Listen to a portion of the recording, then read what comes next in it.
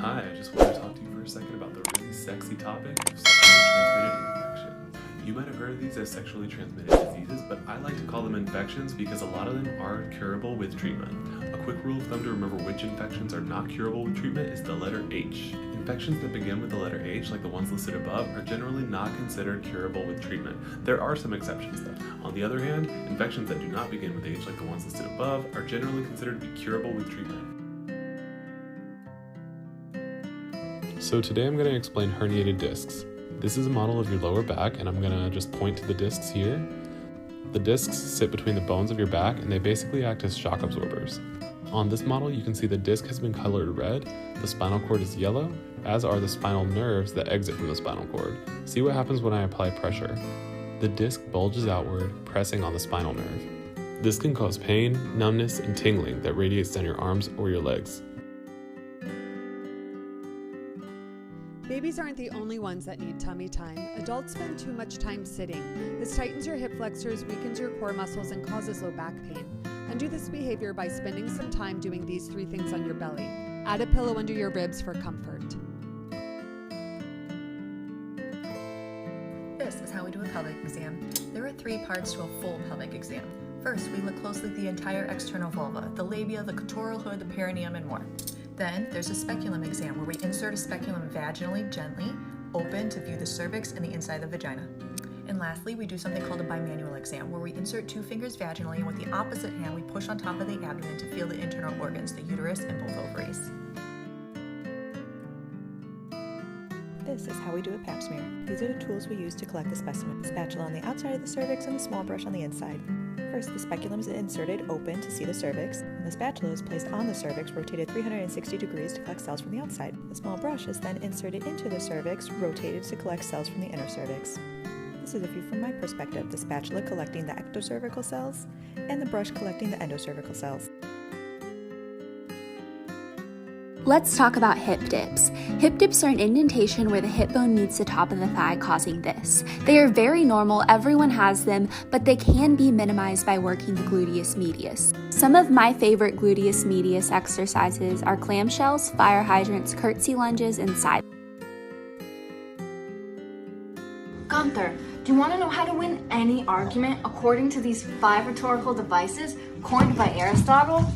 Humans are hardwired to look for reasons not to trust another person, and we make those decisions very quickly. If you want to be persuasive, don't start off a speech or argument by talking about your accomplishments. It's better to tell people who you are and what you believe in. Consider why people should care about your idea and how it will impact them. Use data, evidence, and facts to form a rational argument. People are moved to action by how a speaker makes them feel. Actually, stories about failure, awkwardness, and misfortune are the most relatable ones. Use them to connect with your audience and win them over. Do not underestimate the power of the metaphor. Metaphors or analogy can turn ideas, even ones that are super abstract, into something concrete that we can picture.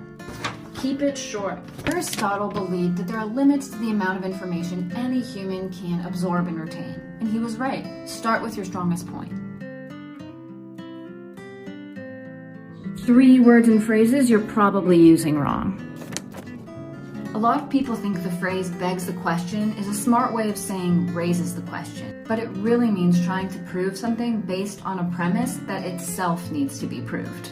For example, someone could make the statement, whipped cream is healthy because it has milk in it and that comes from a cow. That begs the question, is cream or milk healthy just because it comes from a cow? But it is delicious. Methodology. When you tack ology onto the end of method, you change the meaning of the word to mean the study of methods instead of the actual method being used. Less and fewer. So use fewer when you're referring to numbered or countable things, especially people or other plural nouns. Use less for things that can't be counted. For example, you might say, there's less sand at the beach today. Today I want to to share what I learned from psychologist Guy Winch on how to complain so that our partners listen. He explains that expressing dissatisfactions in relationships often goes sour because only a few of us know how to voice them productively. So this is where his complaint sandwich formula comes in. In his article, he uses a complaint of a partner spending way too much time on their phone, so let's get into it. A complaint is always going to sound like an attack, so we need to start with a positive statement to open up their ears. I really enjoy spending time with you in the evenings. The goal here is to get them to understand it, so it needs to be simple and set in a neutral tone. I know that being on your phone helps you unwind, but you sometimes check it constantly and it leaves me feeling a bit sad and shut out. Here is where we make a request, meaning it needs to be prepared before the conversation. And remember to focus on positive feelings. I like us to put our phones away during dinner. It made me really happy to have some quality time. This is what people think OCD is, being neat and being organized. Here's what OCD actually is. Excuse me. Unwanted thoughts and fears or obsessions leading to significant stress and anxiety, and then performing compulsive acts to reduce distress. Myth or truth? According to psychologists, this is a myth. They explain that it's only natural for passion to diminish in all relationships over time, but that doesn't mean that it's gone for good. Thanks to romantic movies, shows, and novels, many of us assume that the love and the lust and the passion will never go away. And if they do, they tend to think that there's something wrong with the relationship, but it's not. It's only natural for couples to fall into a sense of routine and habits over time. So this is why relationship experts emphasizes the importance of couples to prioritize their relationship to keep their passion alive. You might be wondering, what exactly is passion? A psychologist, Lisa Bloom, explains that passion is a byproduct of sustained emotional intimacy, along with a sense of exploration, adventure, and playfulness. What's up, guys? Today I'm going to teach you the study hack that I used in college, in medical school, and in my MBA. It's called the Pomodoro technique. What it is that you put your phone on airplane mode, you put a timer on for 25 minutes. During that 25 minutes, you focus on nothing but the task at hand. One task, you're studying. When that 25-minute timer goes off, you take a 5-minute break. Throw on some headphones, close your eyes, relax, listen to music. Do not think about studying. After that break, set a 25-minute timer and get back to work. This is something you can do over and over again without getting too exhausted. The Pomodoro technique is going to allow you to focus on one thing instead of the millions of things that we have going on in our lives. So good luck. Please comment below if you have any questions, and please follow me for some more videos like this. Hey, what's up? My name's Alexis, and today I'm going to give you a little tip on how you can start loving yourself more. So I'm sure you've heard the phrase, we're our own worst critic. What this means is that the voice inside of our head is actually meaner to us than anyone else. And a lot of people don't realize that they do this, that they are actually so hateful towards themselves, but everyone does it. It's like once you start realizing it, you're like, holy crap, I do this a lot. And obviously self-love is a process, you know, you're always gonna be working on it, but the first step, something that helps me a ton is basically I kind of make a mental note, like every time I notice myself saying something mean to myself, being hateful, being judgmental, I think, would I say this to one of my friends, one of my close friends? And if the answer is no, I'm like, okay, let me reword that in my head and be kinder to myself, because in reality, you're the only friend that you're gonna have for the rest of your life. You're the only one who's there. So if you're just starting out with the law of attraction and you feel like it's too woo-woo, not scientific, I have a story for you that helped me realize that mind affecting matter is a scientific fact. In this one experiment, scientists got baby ducks to imprint on a robot, which is kind of sad. What is interesting is that the robot was algorithmically programmed to take random left and right turns and go forward until it filled this space, like they put it in a square space, and the robot, if left to its own devices, would fill the whole space after a certain period of time. After the baby ducks imprinted on the robot, they put the robot on one side of the partition and the baby ducks on the other. They discovered that despite the programming, the robot stuck to the half of the box that was closest to the baby duck. The only way that even the scientists could explain this was that the intention of the baby ducks to be closer to their mother, which is now the robot, affected the robot's programming so that it stayed closer. Baby ducks can do that, what can you do? You may think all green smoothies are healthy, but this actually has the same calories and more sugar than getting a kid-sized strawberry banana shake and egg and spinach wrap. This now has more protein and is more satisfying and is going to give you much better energy throughout your day. Guide dogs are usually trained to put their own harnesses on. People are always amazed when they see it happen for the first time, so I thought I'd show you guys how it's done. Gallop, come here. There he is. And now I'm just going to shake in front of him, and he'll walk right in. Look at tail wag. Aww. Are you a proud pup wearing your harness?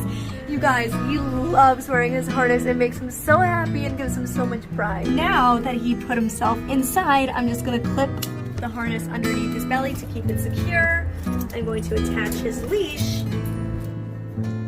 Next, now he is all harnessed up and ready to safely guide me. Annabelle, there, look at you guiding. That's right, very good.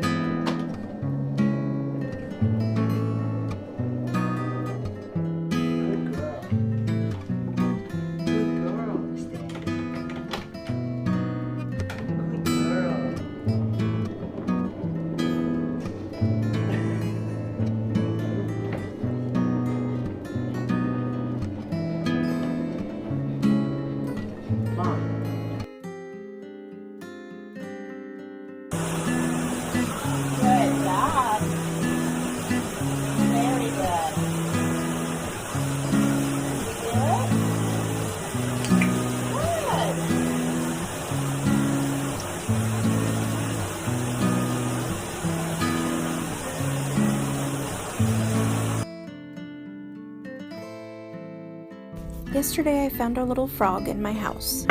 Poor little dude had dust bunnies on him.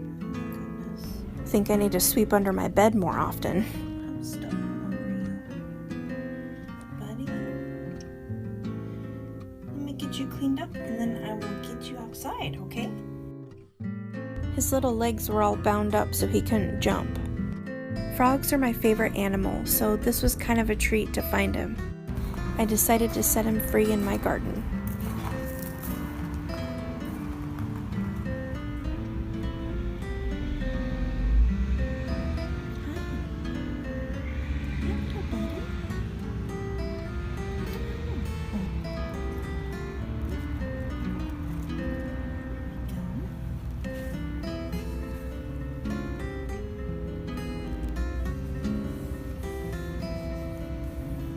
Bye, froggy friend.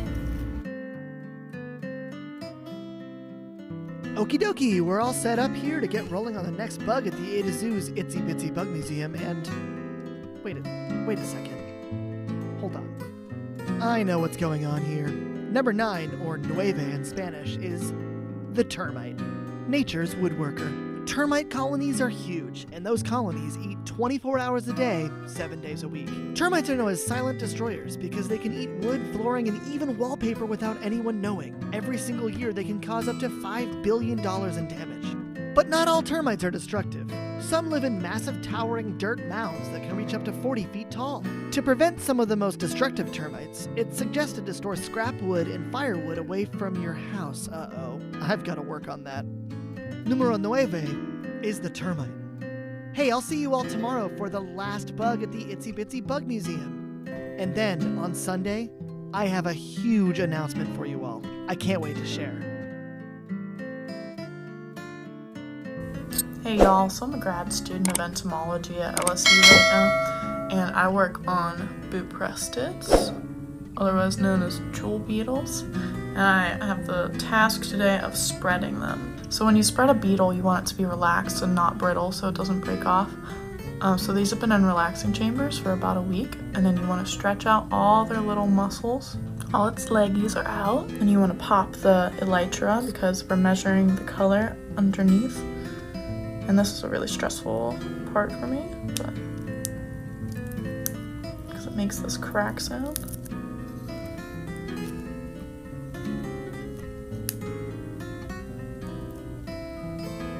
Then you pin it down all the way, and then the rest look like this. Phrases that sound romantic but aren't, part 2. I don't deserve you. It seems like this person sees your value, but the fact of the matter is, someone who doesn't see their own will eventually make you feel unworthy. Hi, I'm Simon Crafer. We're again in the MotoGP pit lane in time for this episode of Tech Talk. Launch control, this is another button here. So when the rider hits this button, gets to the start line, hits this button. So launch control active, see, and the light's flashing up there. And when that is on, the rider can pull the clutch and hook a gear, hold it to full and look at the lights, and it'll sit where they want the RPM to sit, which is really good torque. They hold it there, then get a launch off the line.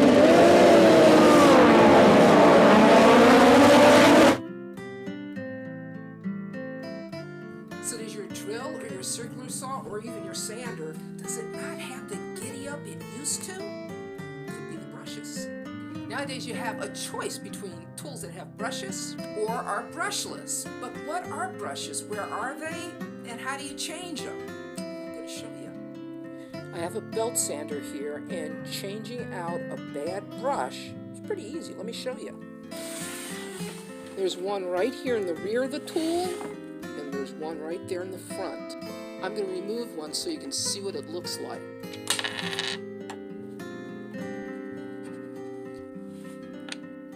Now there's a piece of cardboard right here. Your power tool may be a little different. You just need to remove the cardboard. And there we go. So this is what a brush looks like. This carbon brush is in good shape. If it weren't, you'd know it. It would be worn down.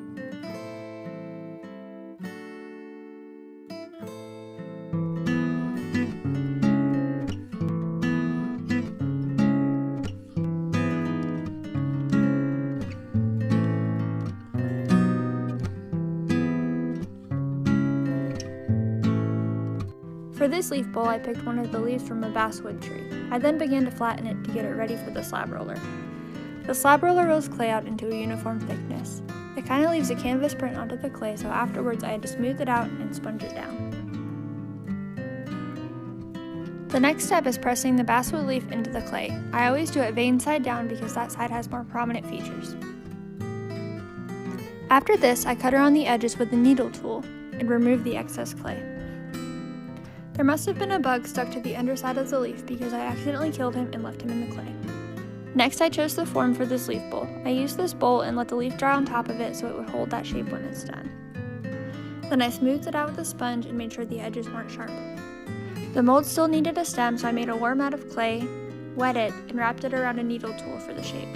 Then I took some slip, which is extra slick clay, and attached it. Now it needs to dry and then it will be fired.